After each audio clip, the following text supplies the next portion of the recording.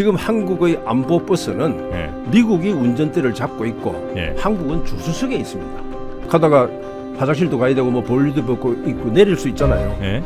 그러면 한국은 운전을 못하게 돼 있어요. 동맹의 체제 내에서 네. 한국이 운전대를 잡고 미국이 조수석에 앉는 겁니다. 미국이 그렇게 하겠다는 겁니다. 좋은 담장은 비가 온다 바람이 분다고 해서 넘어져서는 안 되고 네 땅과 내 땅이 선이 분명해야 되고 이웃 사이에 네. 계산이 분명해야 됩니다. 좋은 이웃이라는 것은 현재보다는 으르렁거리면서 스스로 총을 겨누고 불안한 상태에 있는 게 아니라 총은 내려놓고 이렇게 하면서 그게 상대적으로 지금보다 좋아지는 것 아니겠습니까? 각 분야 최고의 전문가분들을 모시고 그분들의 깊은 인사이트를 나누는 시간 신과 대화죠. 자, 오늘은 진짜 모시기 어려운 분을 한번 모셔봤습니다. 요즘에 우리나라를 둘러싼 여러 나라들의 힘의 균형들이 굉장히 좀 다이나믹하게 움직이고 있는 것 같고요. 그 사이에서 또 우리나라도 굉장히 적극적인 외교를 잘 하고 있는 것 같기는 한데 또 우리나라는 북한이라는 매우 특수한 또 변수 하나를 늘 갖고 있는 그런 나라기도 하죠. 이런 여러 복잡한 방정식 어떻게 푸는 게 좋을지 이분을 한번 모셔봤습니다. 대한민국 외교 안보 정책 최전선에서 활약하신 송민순 전 장관, 아마 많은 분들 기억하실 텐데 송민순 전 장관님과 함께 이런 외교 문제 또 우리의 북한이란 영원한 숙제 어떻게 해결하는 게 좋을지 직접 여쭤보도록 하겠습니다. 어서 오십시오, 장관님. 예, 반갑습니다. 네, 반갑습니다. 네, 미디어에 이렇게 나오신 게 오랜만이시지 않나요? 제가 이 영상 매체에 나온 좀 근래 좀 오랜만입니다. 그렇죠. 예, 주로 뭐 신문 인터뷰 네네네. 통해서 생각을 전하고. 그 노무현 정부 때 그때 이제 제일 활발하게 활약을 하셨었던 거죠. 그렇죠. 네. 예, 그리고 그 지금 북한 핵 문제를 한 육자회담 네네. 그 수석 대표하고 청와대에서 이제 노무현 대통령을 모시고 외교안보 통일정책실장을 하고. 야, 벌써 그게 한 20년 가까이 됐네요. 거의 그렇게 돼갑니다. 8, 9년. 그리고 네. 이제 외교부 장관을 하고 하셨고. 그렇습니다. 네. 그 이후로는 어떻게 학교에 계셨던 거예요? 그 다음에는 이제 국회의원으로 예. 비례대표 국회의원, 민주당 비례대표 국회의원으로 4년을 했죠. 하시고 그리고 이제 북한 문제를 연구하는 북한대학원 대학교의 네네네. 총장으로 좀 있었고. 알겠습니다. 자, 그리고 이제 최근에 뭐 책을 내셨는데 책은 뭐 잠시 후에 좀 얘기를 나눠보도록 하고 예. 요즘 이제 젊은 분들이 궁금해하는 거 하나만 좀 먼저 여쭤보고 넘어가겠습니다. 예. 왜 통일과 관련된 굉장히 이제 오랜 일도 하셨었잖아요. 예. 근데 요즘 젊은 분들 특히 이제 20, 30대 분들께는 통일이 아마 우리 장관님이 느끼는 그런 감성과는 좀 많이 다른 것 같아요. 좀 내가 책 쓰면서 연구 저런 걸 보니까 네. 여론조사 같은 걸 해보니까 네. 좀 다른데 어떤 면에서는 제가 생각하는 거하고 접점이 많아요. 그렇습니까? 예. 그래서 통일 꼭 해야 되나 이런 생각하시는 분들도 적진 않은 것 같거든요. 그렇죠. 꼭 해야 됩니까? 할 수 있으면 좋죠. 할 수 있으면 좋다. 예, 왜냐하면 통일은 통일 문제는 네. 통일을 해야 되느냐 하는 그 당위나 필요성이 있고, 네. 그다음에 현실적으로 통일을 할 수 있느냐 실제 네. 이 두 가지 문제를 봐야 되는데 예. 우선 통일을 했을 때 예. 젊은 층들 여론조사를 해보면은 이게 남북한에 서로 화합하기 어렵고 경제적으로 부담이 되고 사회적 통합성이 네. 더 어려워진다. 굉장히 어려울 것이다. 그런 우려는 있어요. 네. 그렇지만 그 기간이 지나면은 통일을 했을 때의 한국과 통일을 하지 않았을 때의 한국하고는 엄청난 차이가 있거든요. 어떤 차이죠? 특히 이제 역사적으로 보면은 네. 한국은 반도 국가지 않습니까? 네. 반도 국가는 해양과 대륙을 연결할 때 융성한 국가가 됩니다. 그리고 역사의 과거 우리 로마 제국, 네. 이태리 반도 국가. 그리고 이제 우리가 그리스 헬레네 문명도 발칸 반도. 네. 그것도 그 이후에 예를 들어서 오스만 터키 제국 다 제국입니다. 네. 페르시아 제국. 네. 그건 또 소아시아 반도를 해서 아시아와 유럽을 연결하는 이런 그 대륙과 대륙 또는 해양과 바다를 연결하는 그 반도 국가가 네. 통일이 돼 있으면은 연결하면서 융성을 할 수 있어요.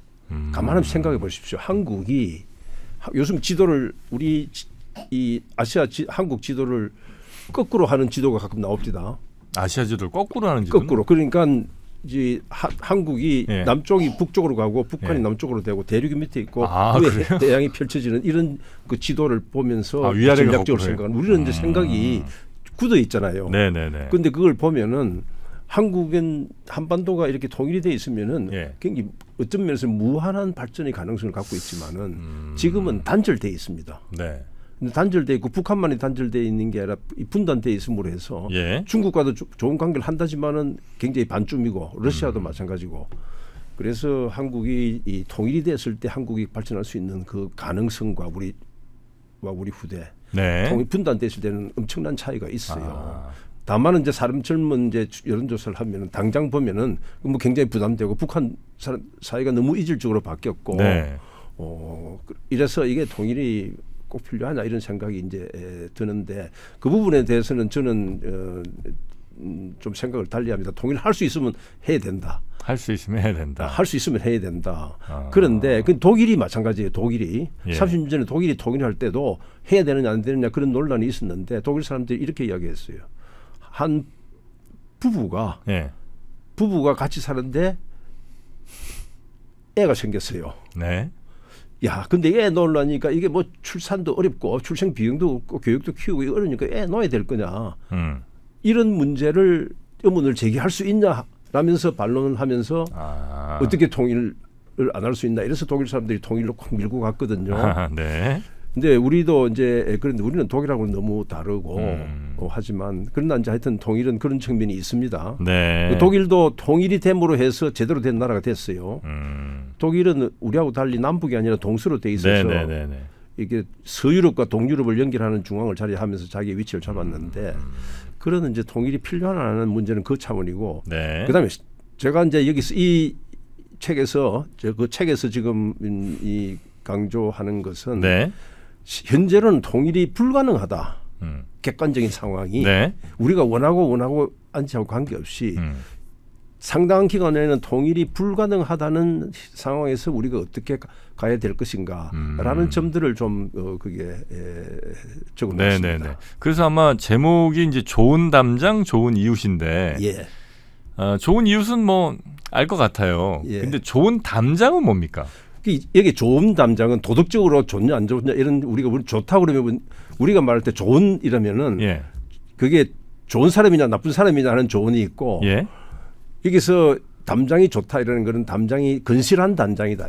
분명한 선의 경계가 분명하고 서로 간의 계산이 분명한 그런 담장을 이야기하는 겁니다. 예를 들면 뭐 좋은 음식 같은 거군요. 그 좋은 음식, 몸에도 좋은 음식. 그리고 좋은 음식, 좋은 집, 네네네. 좋은 집, 뭐 건너가는 다리, 좋은 다리, 이런 뜻입니다. 내가 좋아하는 음식이 있을 수 있고 몸에 좋은 음식이 있을 수 있는데, 예. 요 좋은 담장이라는 거는 책에 제가 네. 담장을 그려놨지 않습니까? 네네. 근데 담장을 이제 이게 출판 에디터하고 같이 인원을 해가지고 제 예. 생각하고 넣어서 그렸는데 그 지금 담장이 보면은 네. 돌담장적으로 단단합니다. 그냥 이렇게 막 건너가고 안 되고 이제 이렇게 해놓고 예. 그 뒤에 푸른 뒤 배경을 해놓은 것은 이 담장을 잘 관리하면 앞으로 우리한테 좀 큰 무한한 가능성은 열린다.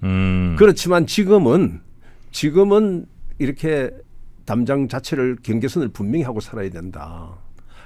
좋은 담장에 조건이 있습니까? 좋은 담장은 조건이 있죠. 좋은 담장은 예. 우선 그 뭐 비가 온다 바람이 분다고 해서 튼튼해야 되고 안 되고 네. 그다음에 네 땅과 내 땅이 선이 분명해야 되고 예.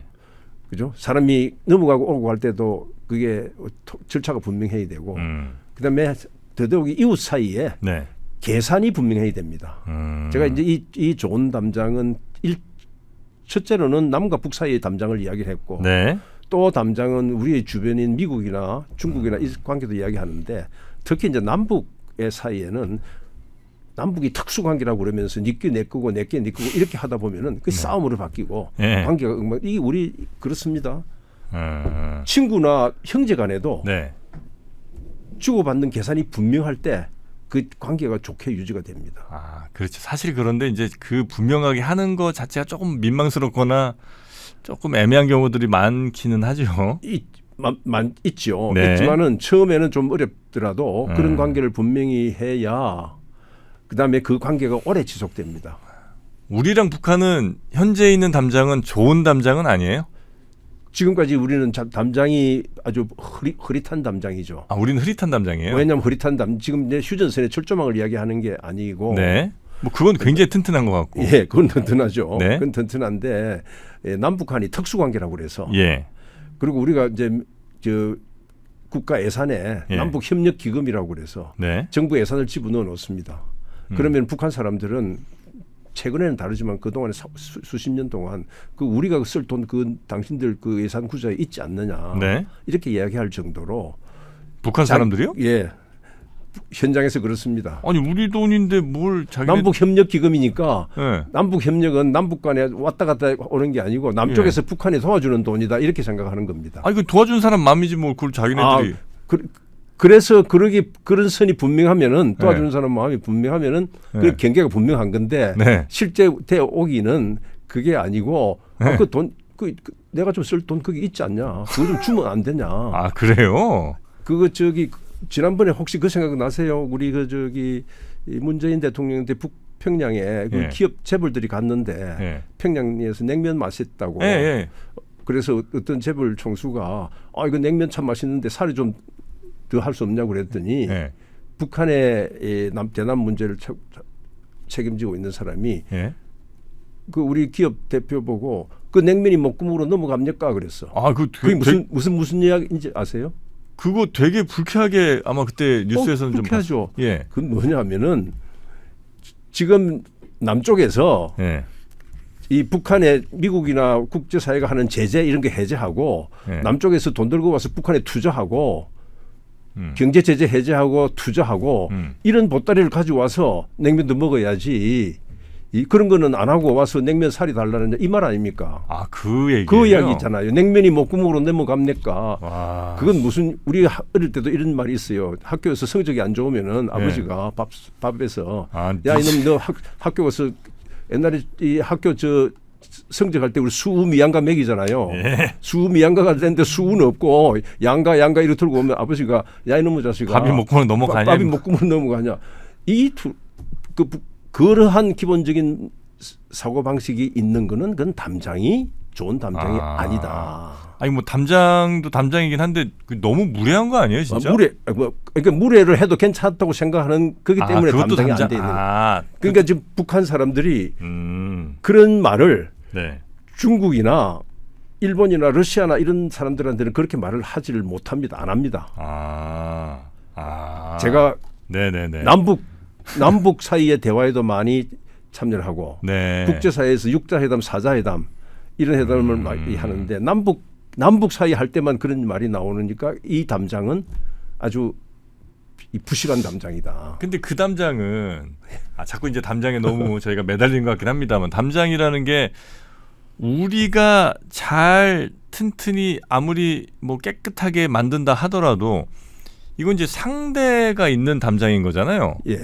그러다 보니까 아무리 우린 뭘 잘해도 상대가 이거 제대로 호응하거나 협력하지 않으면 별 의미 없는 담장 내지는 괜히 우리만 노력하는 담장은 아닌가 하는 생각도 들긴 하거든요.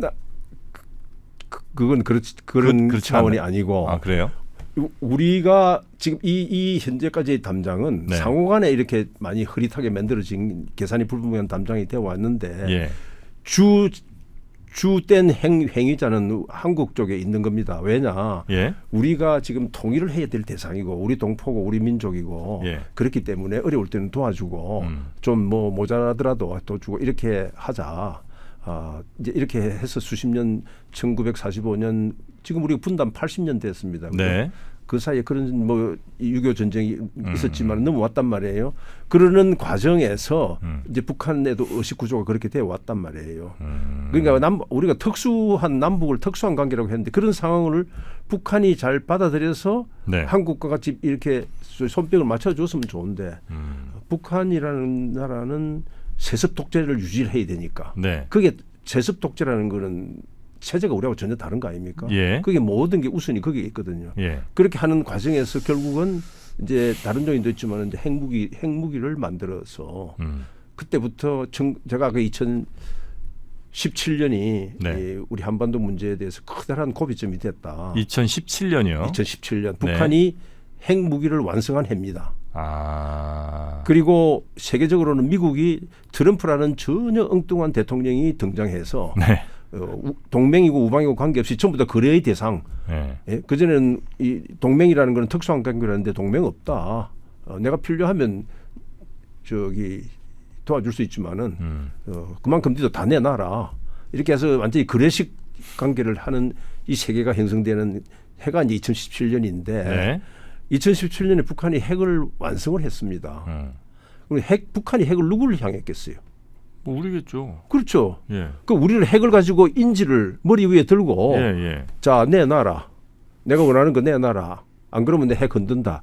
이러한 형국이 돼 있단 말이에요. 예. 이런 상황에서 우리가 지난 80년 동안 해오던 특수한 관계고 이웃 사촌이고 또 피를 나누는 사람이니까 우리 특별히 대접해야 된다. 이러한 사고는 이제는 벗어나야 된다. 그래야 오히려 먼 장래에 네. 우리가 통일을 할 수 있는 가능성을 좀 열어놓지. 지금 같이 해오던 걸 계속하면은 더 원한만 지고 싸우고 그러니까 좀 대면한 이웃보다는 네. 왼수진 이웃하고는 통일이 안 됩니다. 뭐 그렇겠죠. 그러니까 네. 대면하게 너는 내대로 살고 네. 나는 내대로 산다. 다만 이게 담장 이거는 이제 선은 분명히 하고 경계선도 네. 분명히 하고 주고받을 게 있으면은 네. 그 철저한 계산에 의해서 주고받는 거다. 이렇게 살자. 뭐 어떻습니까? 예, 아니 저는 굉장히 찬성인데 예.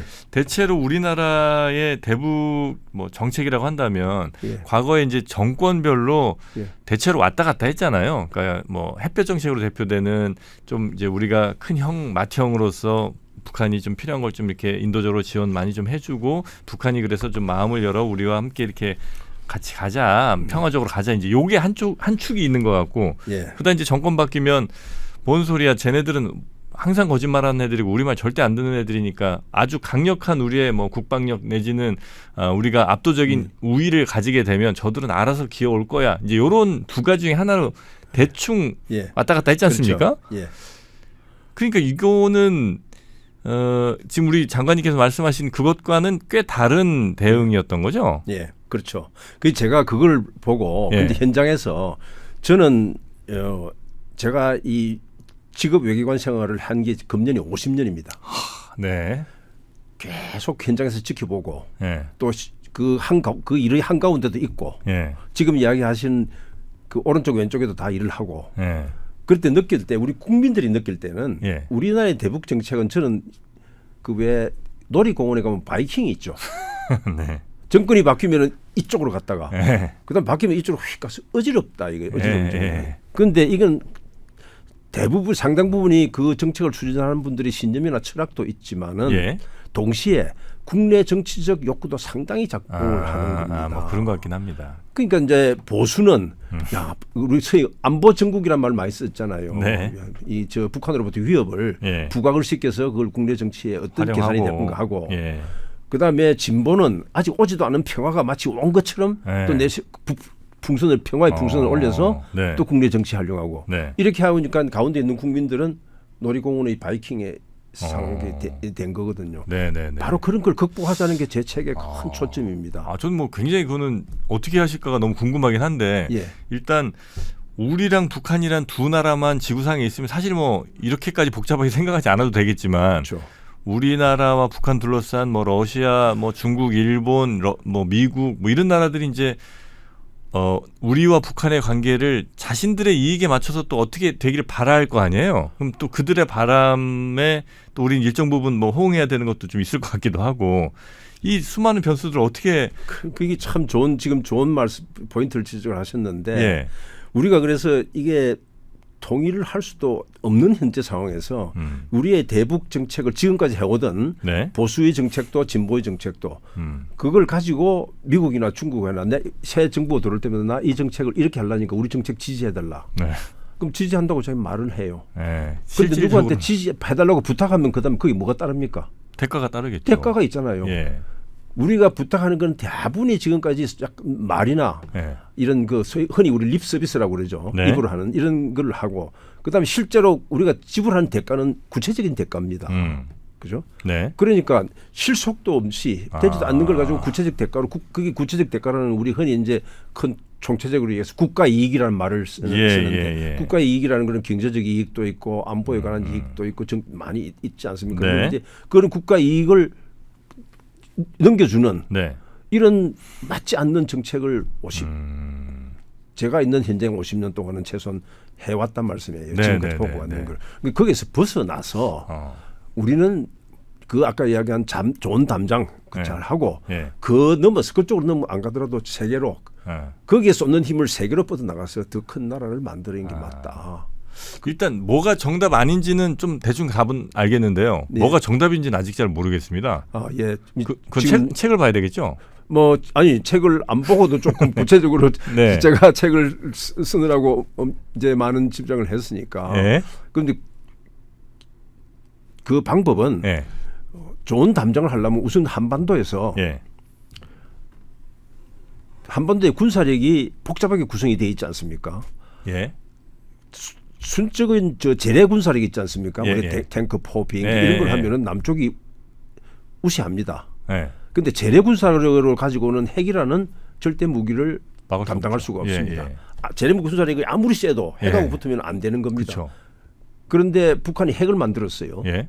그런데 북한의 핵의 대응은 뭐냐면 우리 재래 군사력 플러스 미국이 핵을 두지 않지만 핵 우산이라는 추상적인 우산이 있습니다. 만약에 북한이 핵을 쓴다든지 하면은 네. 그런 위기 상황이 되면은 미국이 또 핵을 써서 한국을 막아준다. 이러한 이중적인 구조로 안보가 돼 있습니다. 그런데 이거는 내가 보기에는 충분하게 좋은 담장이 될 수가 없어요. 왜냐? 미국의 핵 우산은 어디까지나 미국이 들고 있습니다. 그렇죠. 우산을 내가 들고 있는 게 아니에요. 미국이 들어주는 거죠. 이제 미국이 들고 있는 건데 예. 미국은 필요하면은 내릴 수도 있고. 뺄 수도 있고 예. 아니면은 우산에 대한 비용을 우리가 감당하기 어려울 정도로 청구도 할 수 있습니다. 그렇겠죠. 그러니까 지금 이런 상황을 네. 이제 우선 거기에 발생해서 먼저 이야기하려고 그러면은 그런데 우리가 그래 되려면 우리도 핵무기를 가지면 돼요. 네. 그렇지만 예. 그거는 하나만 생각. 핵무기를 가졌을 때 제가 보기에는 우리가 얻는 안보 이익, 국가 이익, 이런 안전보다는 그걸로 해서 치러야 될 대가가 너무 큽니다. 예. 국제적으로 당장 제재를 받고 네네네네. 이제 우리가 경제를 무역을 해서 살아야 되는 나라인데 네. 그런 게 되기 때문에 저는 이 책에서 뭐냐면은 일본이나 독일과 같은 정도의 핵 잠재력. 다시 말해서 미국의 핵 우산이 흔들린다든지 예. 아니면 그 우산이 너무 비싸다든지 도저히 감당이 안 될 네. 이런 상황이 되면은 우리도 언제든. 언제든지 핵무기를 갈 수 있는 그 문턱까지는 가 있는 겁니다. 아. 그래서 이제 일본을 두고 어떤 일본의 능력에 대해서는 이런 이야기를 해요. 스크루 드라이버 한 번만 돌리면 핵 국가가 된다. 우리가 나사 좋을 때 네. 이게 스크루 드라이버 한 번 돌리면 된다. 이런 정도인데 우리도 그 정도 가 있는 것은 지금 말하는 지금의 국제법 체계 내에서 가능하거든요. 다만 이제 미국하고 협상을 많이 해야 네네네. 되겠지만은 그러한 이 우리의 안보 태세를 이제 우선은 만들어야 되는 거고. 그다음에 그러니까 북한의 핵무기 대응할 정도의 지금 당장 핵무기를 만드는 건 아니지만 거의 만들 수 있을 정도는 우리가 해놔야 된다. 첫 번째. 예. 네. 이제 그렇게 했을 때 예. 그렇게 했을 때 내가 지금 말씀드리고 싶은 것은 지금 주말 콘텐츠를 보고 계신 분이라면 저 정프로처럼 이미 배움과 성장의 DNA를 가진 분이시죠. 정의란 무엇인가 마이클 샌델부터 신화적 베스트셀러 작가 베르나르 베르베르까지 국내외 최고의 지성 17명이 함께하는 위즈덤 칼리지 2016. 지금 영상 아래 링크를 클릭해서 당신의 삶에 새로운 변화를 만들어 보십시오. 사실 이번에 우리가 미국하고 관세 무역 투자 협상했는데 네. 우리가 일본의 경제의 지금 3분의 1이고 EU 경제의 한 10분의 1인데 거의 그 나라들과 같은 수준의 부담을 지게 되었습니다. 네. 정부가 이 어려운 상황에서 굉장히 애를 많이 썼어요. 예. 저는 트럼프 이게 혹시 기억나시는지 모르겠는데 트럼프가 작년에 대통령이 당선된 다음에 일주일인가 있다가 뉴욕의 이 메디슨 스퀘어에서 네. 벌어지는 UFC라고 있죠. 예. 저기 이 격투기. 네, 이중 격투기. 이중 격투기. 예. 격투기 현장에 예. 트럼프하고 이 테슬라의 일론 머스크요? 머스크하고 같이 네. 가서 구경하는 그 장면이 쫙 나왔습니다. 저는 그랬었나요? 굉장히 그거를 눈여겨봤습니다. 네.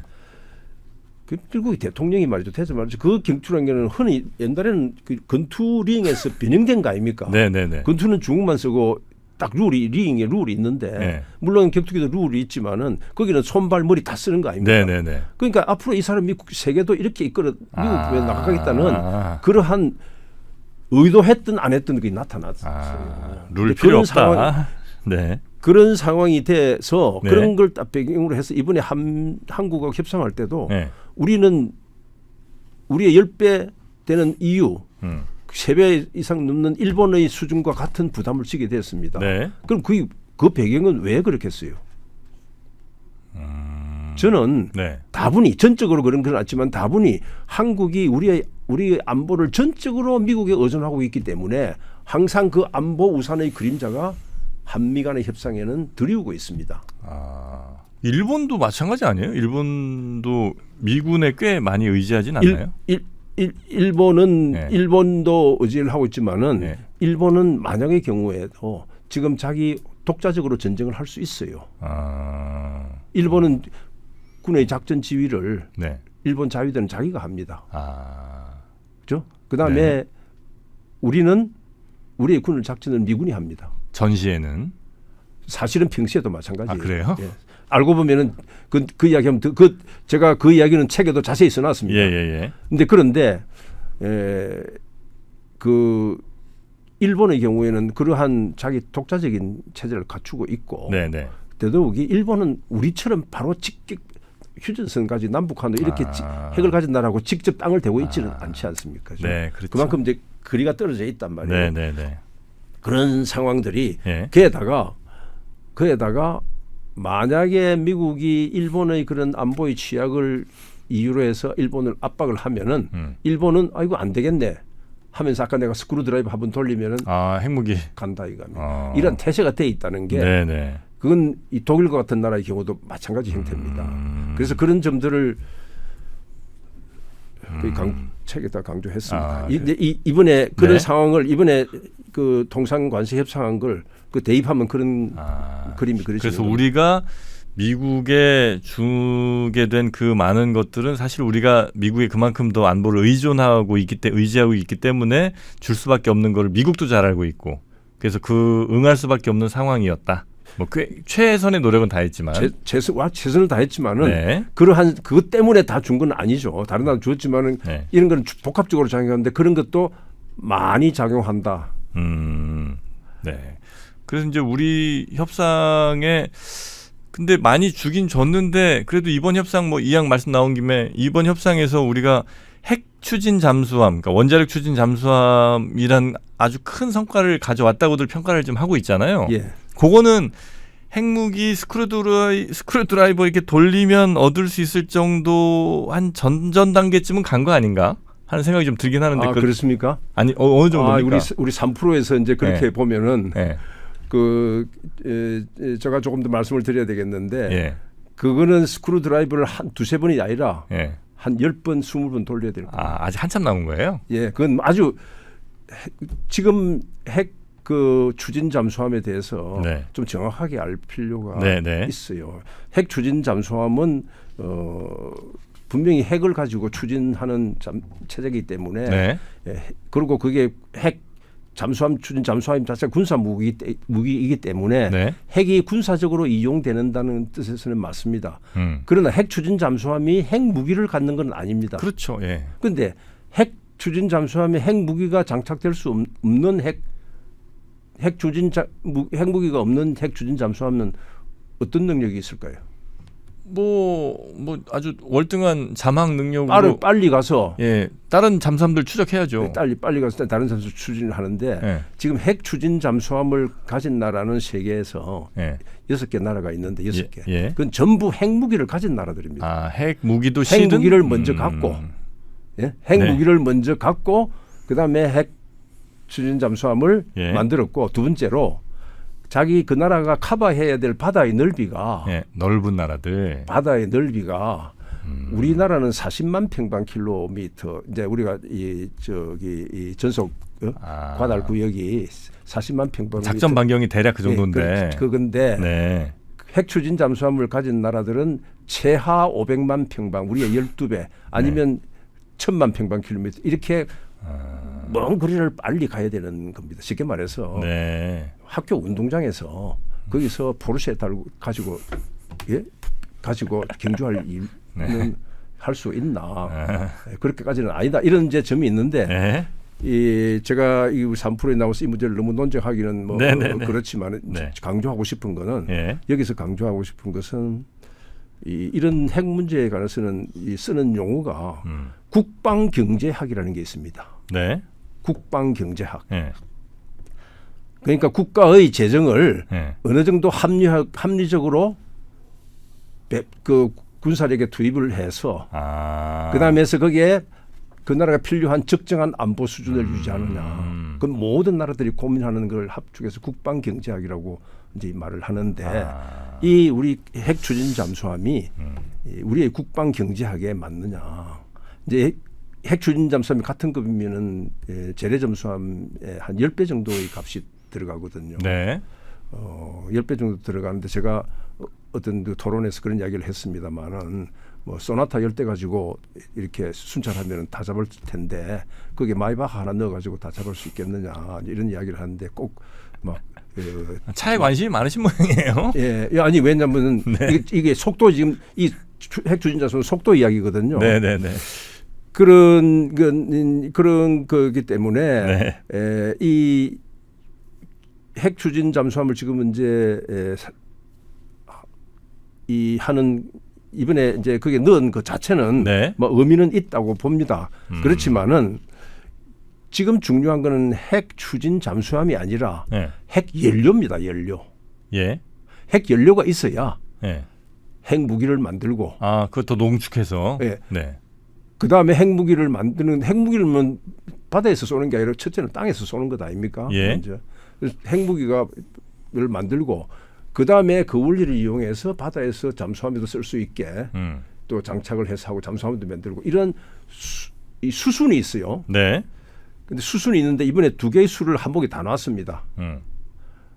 핵 연료 만드는 이번 그 한미 간 협의에 핵 연료 부분도 넣고 핵 추진 잠수함도 넣고 이렇게 해가지고 저는 그걸 가지고 하나의 망치를 가지고 두 개의 못을 한복에 박을 수 있나? 얻은 게 우선 이 못을 박는 게 우선인가? 이 못을 박는 게 우선인가? 그 우선을 저는 핵 연료를 만드는 거기에 못을 박아야지.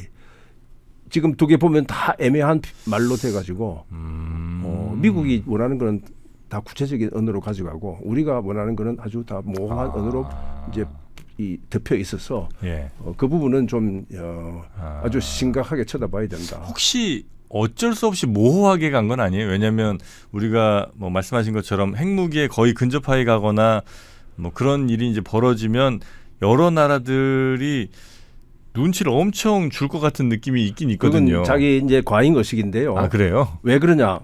지금 우리가 그거 한다고 핵무기를 가진다고 표현하는 게 아니고 표현이 아니라 일본이나 독일 같은 나라들이 그 핵연료의 평화적 이용, 쉽게 말해서 우라늄을 농축할 때 농축도가 우리가 금을 뭐 순도 90% 이렇게 얘기하지 않습니까? 우라늄의 순도가 20%까지는 원자력 발전소에 들어가는 연료입니다.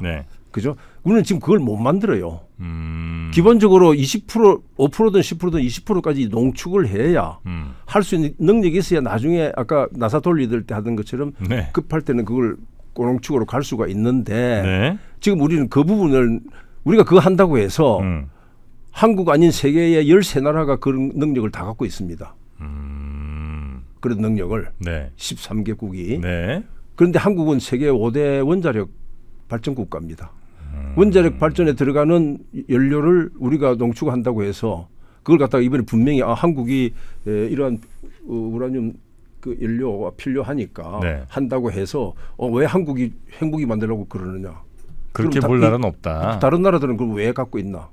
그러니까 그거는 자기가 서로 지레 집을 묻고 저는 그 문제에 대해서는 우리 미국을 포함한 주변 국가들이 한국이 그걸 못하게 하는 여러 가지 여론이나 이론, 글도 쓰고 예. 또 우리 국내에서도 그게 지뢰급을 먹고 뇌화부동하고 부안해동하고 하고 있고 예. 그리고 더 구체적인 것은 우리가 2015년에 한미 간의 원자력 협력협정을 개정을 했는데 거기에는 서로 합의만 하면 네. 20%까지는 농축을 할 수 있게 돼 있었어요. 그런데 합의를 한다는 게 이제 거기서 합의 또는 동의라는 말을 쓰는데 네. 이번에 거기서 합의를 얻을 수 있는 거기에 망치를 해서 두들겨서 못을 박았으면은 더 좋았을 것이다.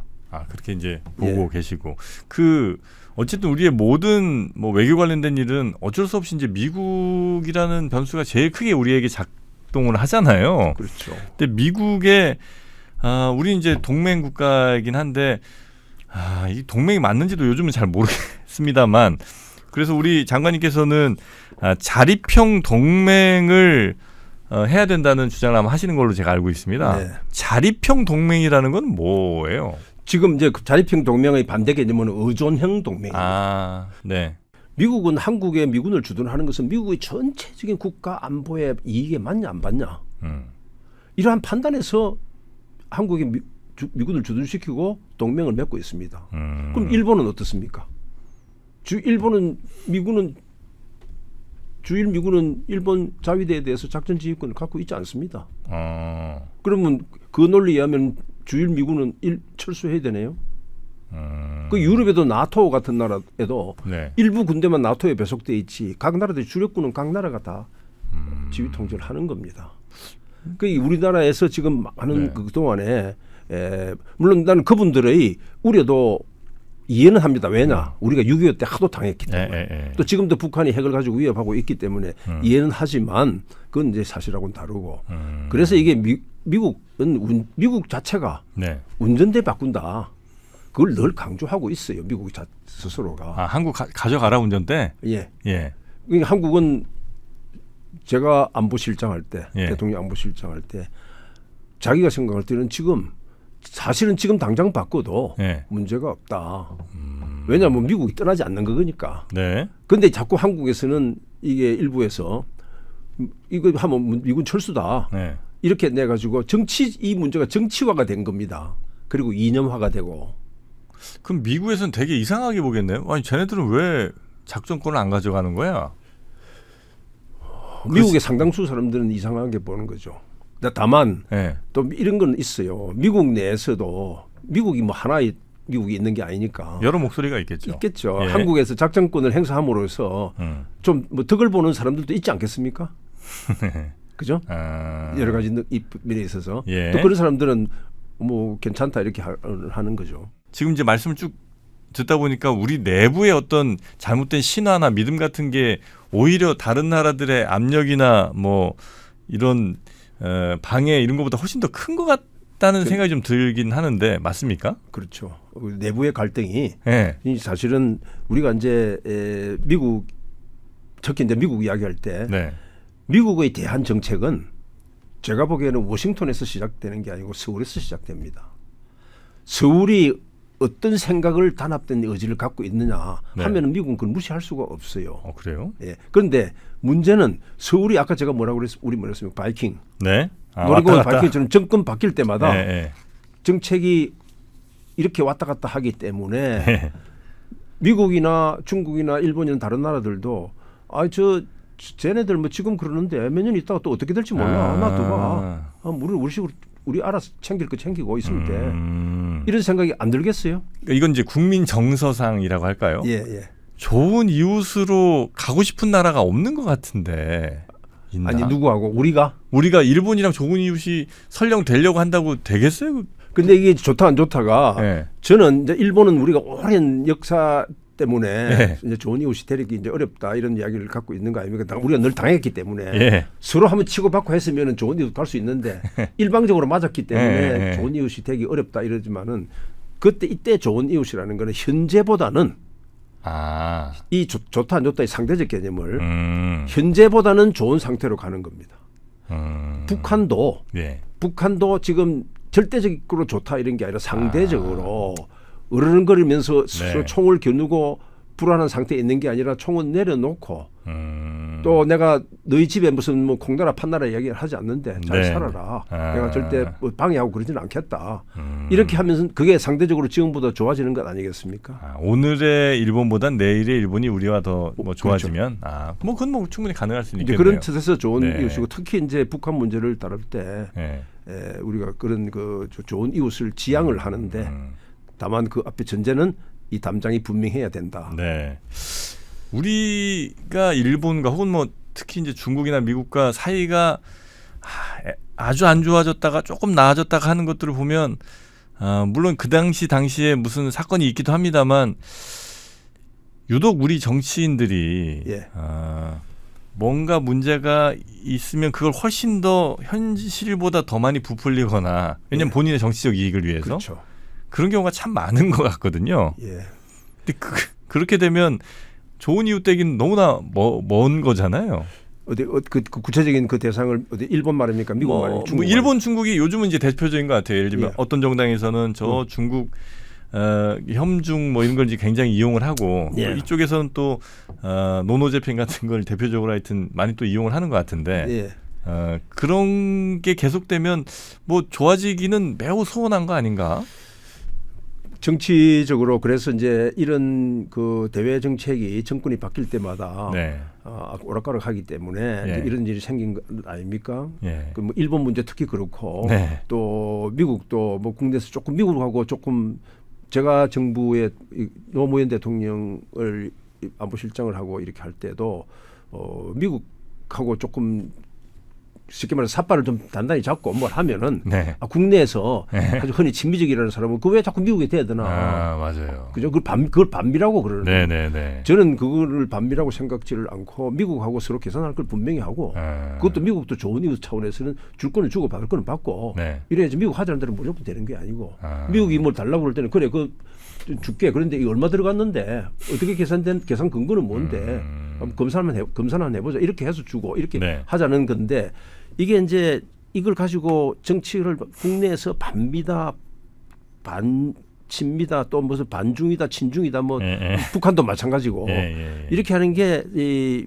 원래 그런 성향도 있지만 다분히 국내 정치적인 자기 지지 기반 이런 것도 있거든요. 그런데 네. 이런 것을 지금 현재와 같이 우리가 5년 단임제 대통령 하지 않습니까? 이걸 하면은 정권이 5년 후에 바뀌면은 네. 어떤 정권도 심지어 같은 정당에 있는 정권도 전 정부 한 거하고 다르게 하려고 그럽니다. 그렇죠. 그러면은 국내적으로는 무슨 다리를 설계하려고 그러다가 4차선을 하려고 그러다 6차선을 한다. 이건 좀 바꿔서 할 수 있지만은 대외 관계는 한번 설계해놨다가 바꾸고 이러면 신뢰가 깨져서 아무것도 할 수가 그럴 것 없거든요. 같아요. 근데 우리는 또 대외 의존도가 굉장히 높은 나라 아닙니까? 그래서 이런 걸 극복하는 것을 저는 제 책에서 이렇게 주장을 했습니다. 네. 현재와 같은 대통령제 개헌해서 난 내각 책임제로 가서 내각 체임제를 하면은 이거는 하나의 정당이 우리 지금 어느 나라도 마찬가지 하나의 정당이 50% 이상 어석 얻기 어려워요. 그러면 이제 2개, 3개 이렇게 나누어서 하다가 연정이 되거든요. 그럼 연정이 되면은 정권이 바뀌더라도 연정의 구성 중 하나는 꼭 이전 정부의 한 구성원이었단 말이에요. 그럼 내가 지금 이전 정부에 몸을 담고 있다가 새로운 연정에 가담했을 때 자세를 바꿔서 표변할 수 있습니까? 그럼 표 날라가고. 그래서 이게 정권의 정책의 지속성이라는 게 흔히 말하는 무슨 뭐 협치다, 그다음에 뭐 초당적이다 이거 말도 안 되는 이야기입니다. 저도 국회에 있었. 이 초당적이다 협치라는 것은 그 정치 제도가 그렇게 강제할 때 가능합니다. 그래서 그건 저는 연립 내각의 그 장점이라고 봅니다. 물론 연립 내각하면은 정책 결정이 느리지고 이렇게 하는 이제 단점이 있습니다만은. 근데 그게 참 쉽지는 않은 것 같더라고요. 근데 개헌도 벌써 뭐 몇십 년째 얘기하잖아요. 근데도 뭐 그거 하나 뭐 바꾸려고 그러면 뭐 왜 지금 바꾸려고 그러냐 그런 얘기부터 시작해갖고 하여튼 어려운 것 같긴 합니다. 어려운데 그거는 힘은 제가 보기에는 국민들의 그 집단적 지혜가 축적이 되면은 되는데 뭐 일반 국민들이 볼 때는 좀 살기가 어렵고 뭐 그런데 그건 나중에 일이고 우선 물가 좀 잡고 네, 환율 네, 좀 네. 조정하고 네. 저기 이 집값 좀 맞춰주고 이거 해야지. 근데 정치는 하나는 그렇게 돌아가지만은 또 상부에서는 이런 게 해야 나중에 더 큰 위험이 오는 것을 막을 수 있겠죠. 근데 이제 그런 어찌 보면 정치인들이 책임감을 갖고 내가 지금 당장 욕 먹더라도 할 건 좀 해야 된다는 생각을 뭐 초선이든 아니면 처음에 정치 한 1, 2년 할 때는 하다가도 당장 다음 선거에서 내 떨어지면 아무 의미 없어지는 얘기니까 일단 사람들이 좋아하는 거. 더군다나 뭐 개헌 얘기 꺼냈다가 야 지금 뭐 먹고 살기도 힘들고 짜장면이 뭐 8,000원씩 하는데 지금 개헌할 때냐 이렇게 얘기 나오면 거의 그냥 다 깨갱이더라고요. 정치인의 인격을 개별적인 인격을 우리가 의심할 필요는 없죠. 그런데 예. 정치의 현상이라는 게 여의도에 가서 보면은 가장 깨끗한 수돗물과 가장 더러운 시궁창물이 다 모여서 섞여서 돌아가는 데거든요. 네. 이제 그런 데인데 그래서 이거는 정치인보다도 이 유권자들의 의식이 자꾸 좀 올라가야 됩니다. 원래 우리 장관님께서 오늘 여기 오시면 꼭 내 이 얘기는 좀 한번 해줘야 되겠다 이런 말씀이 혹은 생각이 있으셨을 텐데 어떤 거 좀 있겠습니까? 왜냐면 저희가 거의 한 1시간 지금 또 말씀을 나눠갖고 그렇죠. 네. 뭐 꼭 하는 건 강조하고 싶은 건 저는 이제 핵심적인 게 우리 안보를 아까 말한 자립형 안보로 가야 되는 거. 자립형 안보. 자립형 안보로 가는 이 자립형 동맹이죠. 네. 동맹을 하는 거는 핵 잠재력이라는 게 원자력 그 에너지 확보하는 거고, 그다음에 작전 지휘 이 통제권을 행사하는 거고, 그거는 정부가 지금 하려고 하고 있기 때문에 저는 그대로 잘 갈 거라고 이제 생각을 하고, 다만 그 작전 지휘 통제권하고 같이 쌍으로 가야 되는 게 그 핵 잠재 능력이거든요. 왜냐하면 자기가 필요할 때는 핵을 능력 가질 수 있다는 게 잠재력이 받쳐줘야 네. 작전 통제를 하는 것도 힘이 같이 받습니다. 그런데 그 부분을 우라늄 농축이라고 다른 표현을 합니다만 네. 우라늄 농축 여기에 좀 집중을 했으면 좋겠다. 정부가 집중을 했으면 좋겠다 이런 그 생각을 네네. 하고, 그다음에 이제 좀 더 큰 차원에서 네. 이게 제가 지금 우리 이야기하는 이런 문제들은 일반 국민들은 네. 그건 말이죠. 그런 문제는 저 대통령실이나 뭐 국방부, 외교부 뭐 이런 데서 쉽게 말해서 저 높은 데 있는 사람들이 또는 뭐 군골 이런 데서 알아서 할 일이고 우리는 일상생활에 바쁜 거다. 이거 당연한 겁니다. 네. 그러면서도 많은 이 괜찮은 나라들의 사정을 보면은 그런 가운데서도 국민들이 국가의 외교 안보 이런 것에 대해서 어떻게 하는지에 대해서 늘 주시를 합니다. 그런데 왜 주시를 하느냐? 이 경제는 말씀이죠. 네. 이 선행 지수가 있잖아요. 네. 갑자기 물가가 좀 오른다. 네. 환율이 오른다. 고용률이 떨어진다. 네. 여러 가지 그 인덱스들이 있어가지고 지표가 있어서 예측을 할 수가 있습니다. 네. 그런데 안보라는 거는 그런 선행 지수가 잘 없어요. 그런데 이게 어느 한 군데 가서 꼬라박는 방향으로 이게 진보하는 과정이 징후가 보이지 않습니까? 예. 그때는 이미 늦었단 말이에요. 이미 늦었다 이거죠. 네네네. 그래서 정부가 하는 일 중에서 외교 안보 이런 데서 뭐가 좀 안 맞다 싶으면은 일반 국민들도 그 자기 의사 표시를 할 수 요새는 많은 방면의 의사 표시가 되기 때문에 하는데 그런 것과 관련해서 오늘 제가 아까 말씀드린 국방 경제학이라는 이야기를 네네네네. 매년 4월 되면 정부에서는 그 국가 재정 배분 계획을 합니다. 정부의 각 부처 장관들이 모여서 네네. 자 내년에 거둘 수 있는 우리 세수가 총 얼마다. 총 얼마니까 그걸 이제 정부의 각 부처의 분야별로 나눠서 쓴다. 그 재정 배분 계획을 가지고 막 논란을 합니다. 그런데 이 국방 예산이라는 건 늘 한 세 번째쯤 되거든요. 네. 복지, 교육 다음에 국방 예산 이랬는데 이 중요한 부분인데 이걸 가지고 국방을 위해서 합리적으로 써야 됩니다. 돈이라는 게 찍어낼 수 있는 게 아니잖아요. 네네네. 예를 들어서 아까 제가 국방 경제학을 핵 잠수함 이런 이야기를 추진 잠수함 이야기하는데 여기에 돈이 들어가면은 그 돈은 다른 데서 빨아와야 됩니다. 엄청난 돈을. 네. 예를 들어서 우리 1년에 국방 예산이 한 62조 되는데 네. 그 중에서 장비를 구매하고 관리하고 뭐 하는 게 있어서 인건비 말고 군사 장비를 하는 거는 한 17조 이렇게 됩니다. 17조쯤 되는데 대략 네. 이거 잠수함 한 세대면은 다 날아갑니다. 네. 물론 잠수함 세대는 긴 시간에 빼지지만 그만큼 한 군데서 돈이다. 빠져 들어가면은 그것이 국가 전체의 안보에 맞나? 그 안보라는 거는 아니 돈이만 많이 쓰면은 아까 제가 차에 얘기했지만 집에 마이바하도 있고 포르쉐도 있고 다 할 수 출업도 있고 있지만. 다 있으면 좋지요. 아, 예? 그렇지만은 돈이라는 건 한정돼 있기 때문에 효율적으로 잘 써야 그건 되는데. 효율적으로 잘 해야 되는 거고요. 두만은 뭐 조기 경보기도 사고 뭐 인공위성으로 막 군사위성 아, 뭐- 돌리고 이래 되는데. 그럼요. 아, 그러나 그러면 지금 애들 학교 들어가는 교육 예산 뽑아서 거기 넣을 겁니까? 그다음에 복지 예산 보육 그렇죠, 지원 그렇죠. 예산에서 뽑아서 넣을 겁니까? 네, 그건 네, 네. 아닌 거거든요. 네. 그래서 이런 것들에 대한 많은 토론을 잇고 해야 되는 겁니다. 근데 그 토론하다 보면은 이제 과정에서 네. 이거는 좀 우리 희생을 해야 되겠구나. 네. 나라가 위태롭고 하니까 네. 뭐 핵 추진 잠수함 만들기 위해서 보육 예산 조금 잘려도 할 수 없다 이런 뭐 여론이 될 수 있겠지만은 어느 날 갑자기 이게 몇십 조가 들어가는 사업을 갑자기 한다. 뭐 갑자기는 아니죠. 옛날부터 토론이 됐지만은 네. 이제 이렇게 하는 것은 간단하게 이야기해서 국가 예산을 어떻게 가성비 있게 쓰느냐. 네. 이런 차원에서 좀 우리가 신경을 많이 써야 될 이게 거다. 전 국민이 이렇게 관심 갖는 게 뭐 이게 굉장히 좋은 말 같이 들리긴 하는데 예를 예. 들어서 야, 인공위성 모델을 이번에 AH23으로 할까요? 아니면 BH346으로 할까요? 이거를 이제 국민들한테 물어보는 거는 예. 어찌 보면 되게 어리석일 수 있잖아요. 왜냐하면 이분들이 그 인공위성에 무슨 들어가는 뭐 부품이나 이걸 공부하신 분들이 아닌데 갑자기 그걸 이렇게 결정하라 혹은 뭐 물어보는 게 적절한가? 그건 뭐 제가 보기엔 적절한 가치는 않고 그건 예. 전문 과학 분야의 이야기고. 외교안보는 그렇진 않아요. 예, 이건 뭐 그것도 다 사실 인공위성 쏘는 것도 다 안보 분야죠. 그걸 예. 가지고 다 기상 관측도 하고 여러 가지 농업 뭐 기후 다 하지만은 동시에 예. 그걸 가지고 그런 능력을 가지고 주변국의 상황도 감시하고 이렇게 하기 때문에 예. 다 안보와 관련 그 되지만은 예. 그런 엄청난 기술적인 문제를 예. 가지고 지금 아까 예를 들어서 다시 대입하면은 예. 핵 추진 잠수함을 예. 연료를 예. 저농축 우라늄으로 쓸 거냐 고농축 우라늄으로 쓸 거냐 이거 국민들한테 물어볼 사항은 아닙니다. 예. 그럼 핵 추진 잠수함이 과연 필요한데 거기에 들어가는 비용은 어떻게 되고 장애 모유는 어떻게 되고 예. 이걸 했을 때 다른 분야는 어느 정도 예산이 깎여야 되고 한다는 이거는 국민들이 토론해야죠.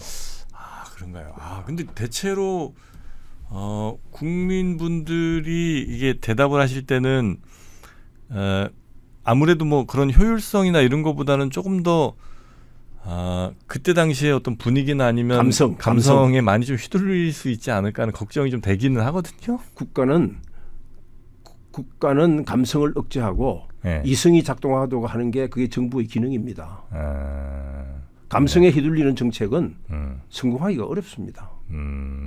그러니까 이성적인 판단을 가지고 그리고 장기적인 시각을 가지고 하는 게 그게 국가의 기능이고 네. 개인은요. 네. 개인은 감성으로 휘둘릴 수 있어요. 그럼 저 혼자 망하면 됩니다. 예. 국가는 그렇진 않죠. 그래서 국민들이라는 여론이라는 거를 예.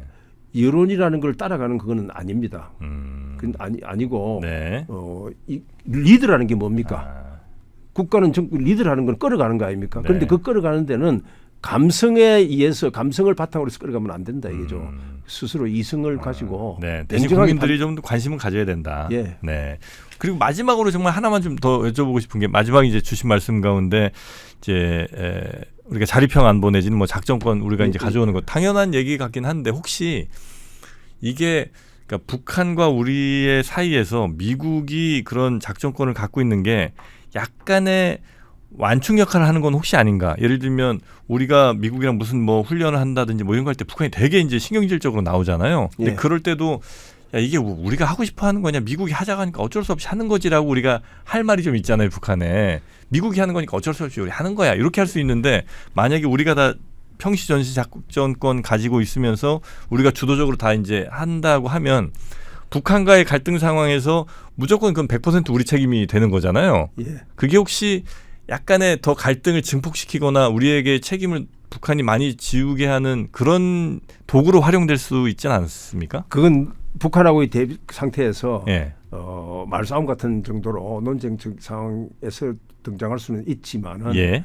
그것보다는 더 큰 것은 훈련을 하고 안 하고 또 훈련을 어떻게 하고 하는 것도 한국이 작전 지휘권을 함으로 해서 한국이 더 판단에 의해서 한국이 그걸 주도적으로 이끌어가는 겁니다. 네. 더더욱이 중요한 것은 지금 좋은 포인트인데 지금 현재와 같은 상태가 되어 있기 때문에 북한은 남쪽을 어떻게 생각합니까?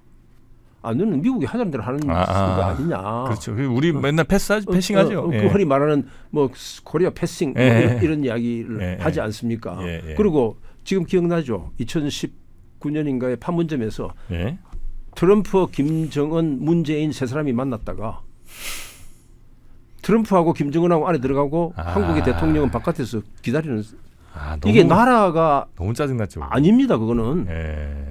지금 그 두 사람들이 이야기하는 거는 한반도 문제를 이야기하는 자리입니다. 네. 이 우리가 살고 있는 한반도 문제를 이야기하는 자리에 한 주인은 빠져 있고 트럼프하고 김정은하고 이야기하고 있는 이런 상황도 바로 이 자립형 동맹이라는 그러네요.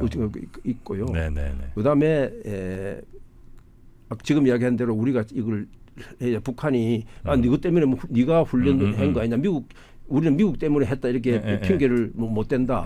그래야 맞는 거죠. 내가 알아서 판단한다. 그래서 내 말 들어라. 그래 오히려 더 우리 말빨이 더 막히는 거고. 그래서 그게 그래야 담장도 좋게 되는 겁니다. 그거. 그러니까 우리나라 전체적으로 바꿔야 될 게 굉장히 많다는 생각을 오늘 장관님과 말씀 좀 나누면서 하게 됐고요.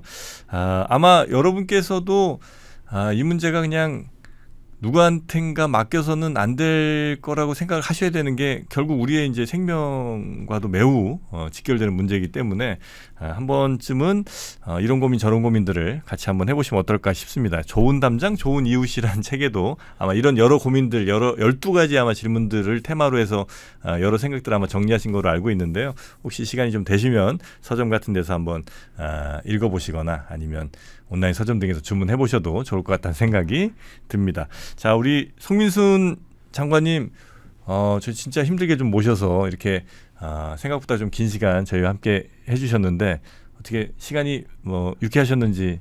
아니 오늘 이 3프로에서 중요한 포인트를 잘 지적을 해서 재밌었고요.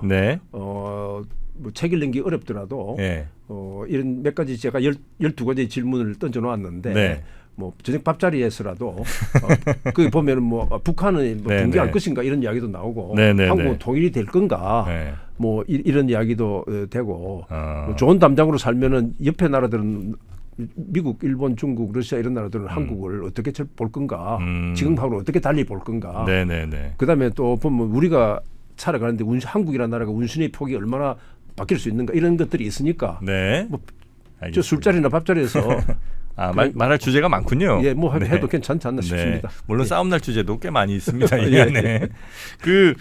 약간 요즘 나오는 책들보다는 좀 두꺼운 편이긴 한데 제가 살짝 좀 읽어봤습니다만 글이 굉장히 쉽게 잘 읽힙니다. 다행입니다.